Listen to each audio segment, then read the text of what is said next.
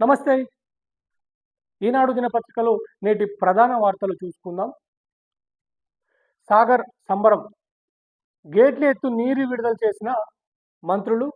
కృష్ణమ్మకు సారె సమర్పిస్తున్న మంత్రి ఉత్తమ్ కుమార్ రెడ్డి, లక్ష్మణ్ గారు.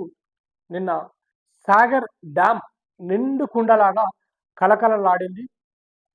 ఈ సందర్భంగా నీటిపారుదల శాఖ మంత్రి ఉత్తమ్ కుమార్ రెడ్డి గారు, అడ్లూరి లక్ష్మణ్ గారు మంత్రివర్యులు డ్యాం గేట్లు ఓపెన్ చేసి నీరును విడుదల చేసినటువంటి పరిస్థితి.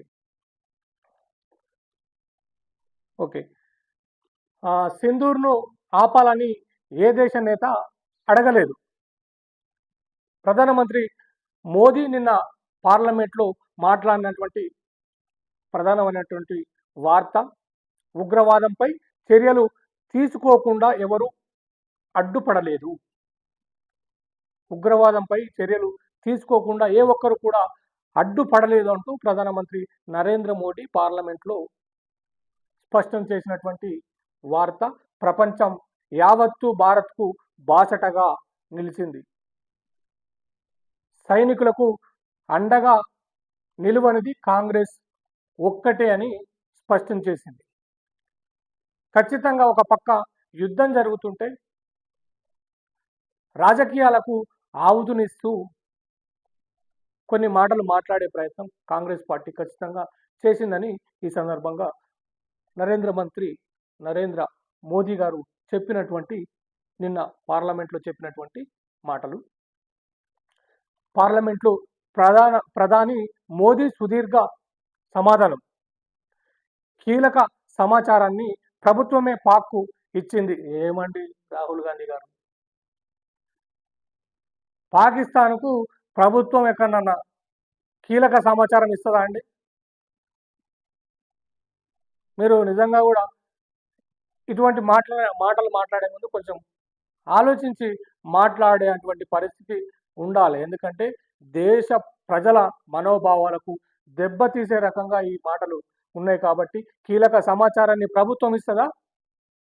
భారతీయ జనతా పార్టీ ప్రభుత్వము, భారతీయ జనతా పార్టీ మన దేశాన్ని ఎదుగుతున్నటువంటి గవర్నమెంటు పాకిస్తాన్కు ఎక్కడన్నా సమాచారం ఇస్తుందా చెప్పండి?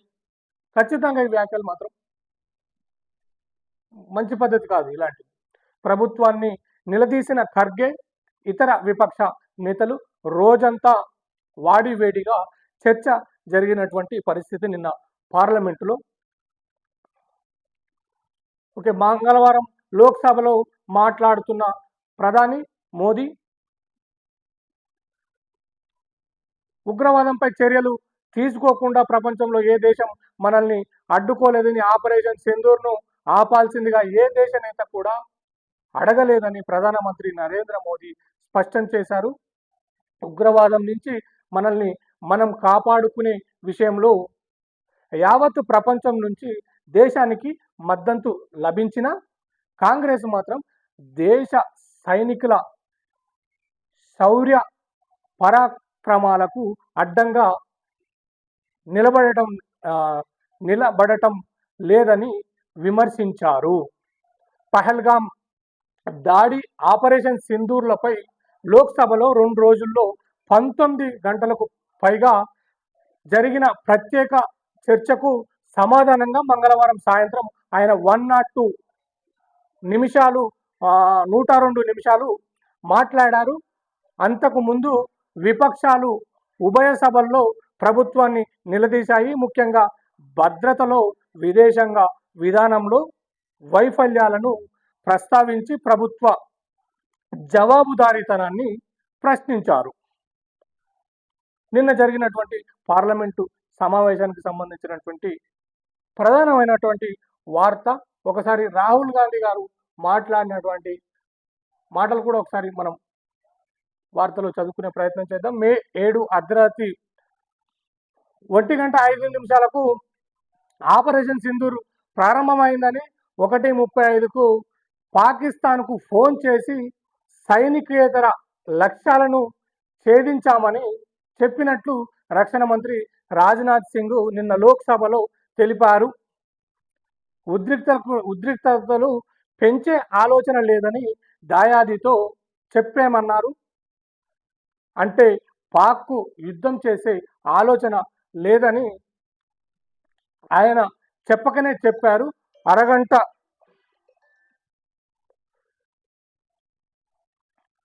అరగంటలోనే లొంగిపోవడం అంటే అదే అని రాహుల్ గాంధీ నిన్న పార్లమెంట్లో మాట్లాడినటువంటి వార్త.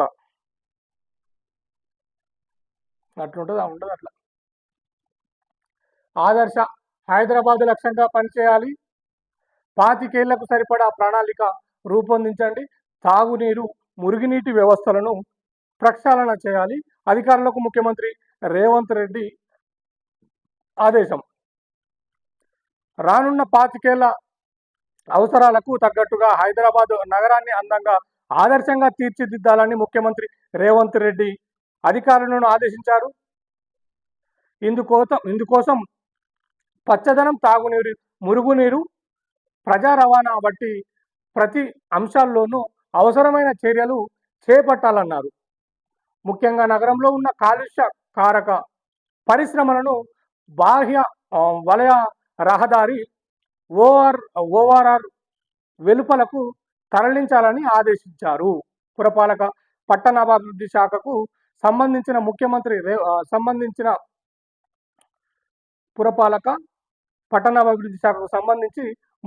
రేవంత్ రెడ్డి మంగళవారం ఇక్కడ కమాండ్ కంట్రోల్ కేంద్రంలో సమీక్ష నిర్వహించారు.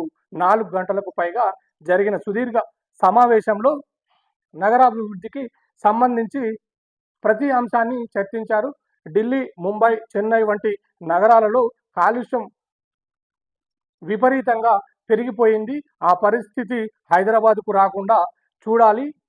ఇందుకు అవసరమైన అన్ని సంస్కరణలు చేపట్టండి. దీనికి తగ్గట్టుగానే ప్రణాళిక రూపొందించాలి. అవసరమైతే ఢిల్లీ, ముంబై, చెన్నై నగరాల్లో పర్యటించండి. అక్కడున్న పరిస్థితులను అధ్యయనం చేయండి. నగరంలో భూగర్భ డ్రైనేజీ, భూగర్భ విద్యుత్, కేబుల్ అంశాలపై ప్రత్యేక దృష్టి సారించాలి. సమగ్ర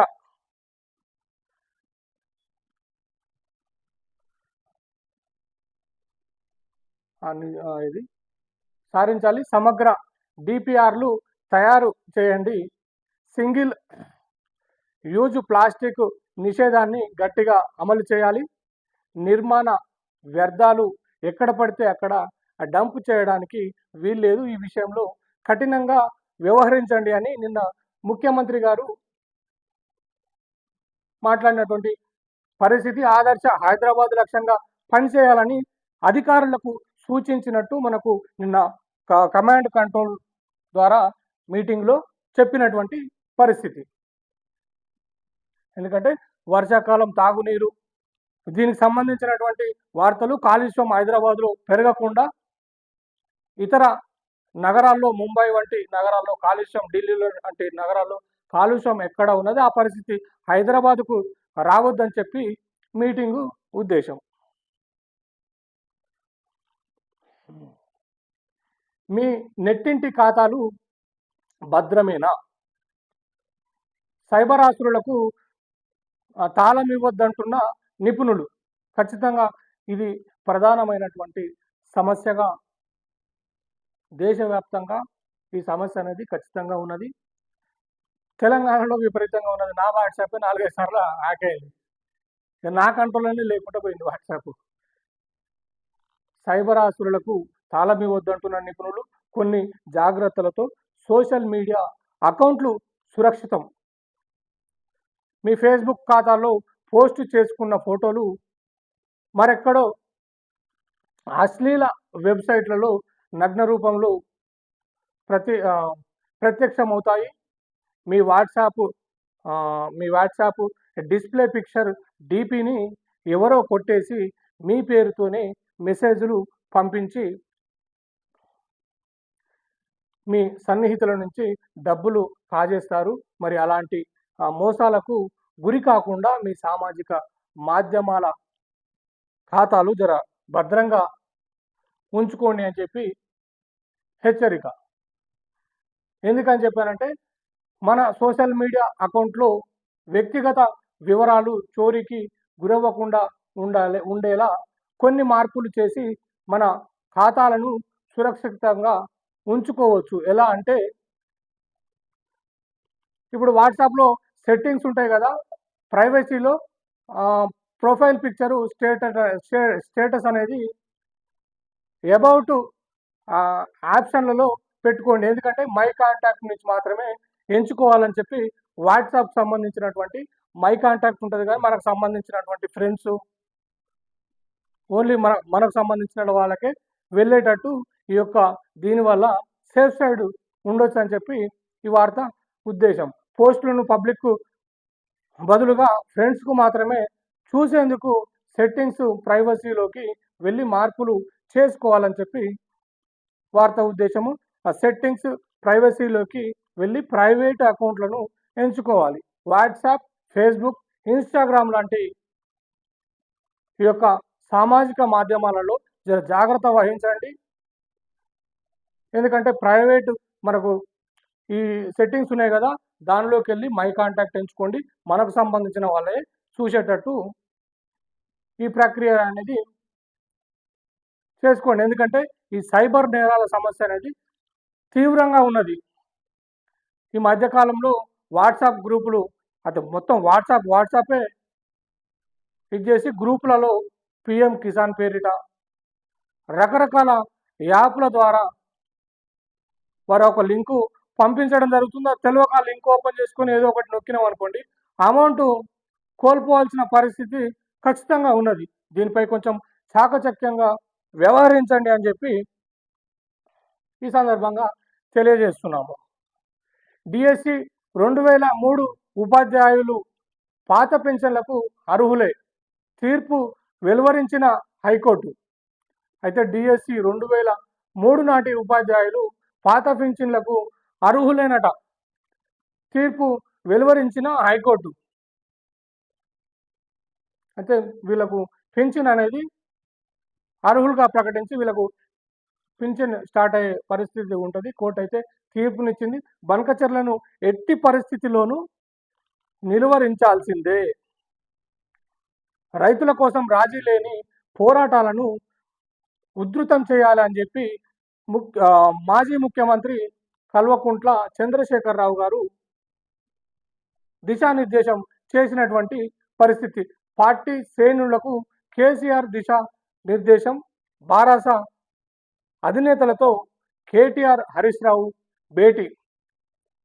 రాష్ట్ర రైతుల సంక్షేమం కోసం వ్యవసాయ సంక్షోభాన్ని నివారించేందుకు రాజీ లేని పోరాటాలు చేయాలని చెప్పి బారాస అధినేతలకు మాజీ ముఖ్యమంత్రి కేసీఆర్ పిలుపునిచ్చారు. తెలంగాణ సాగునీటి రంగాన్ని ఆగం చేసేలా ఏపీ ప్రభుత్వం బనకచర్ల ప్రాజెక్టును తలపెట్టిందంటూ దాన్ని ఎట్టి పరిస్థితుల్లోనూ నిలువరించాల్సిందేనని ఆయన స్పష్టం చేశారు.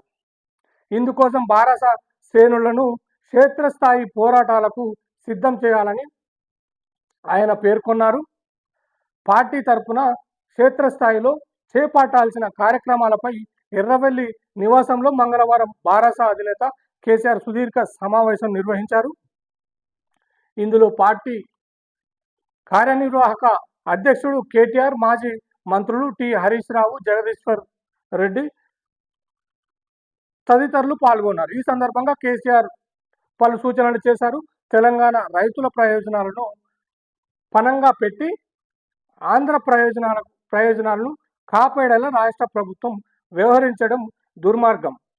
తెలంగాణ రైతులకు శాశ్వత అన్యాయ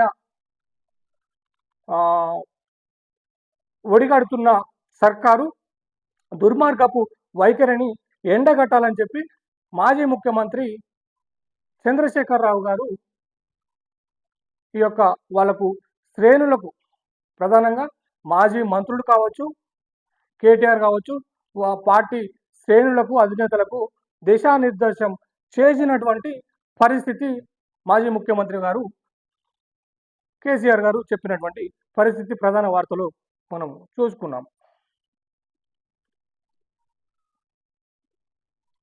ఓకే ప్రజలారా, ధన్యవాదాలు. సబ్స్క్రైబ్ చేసుకోండి.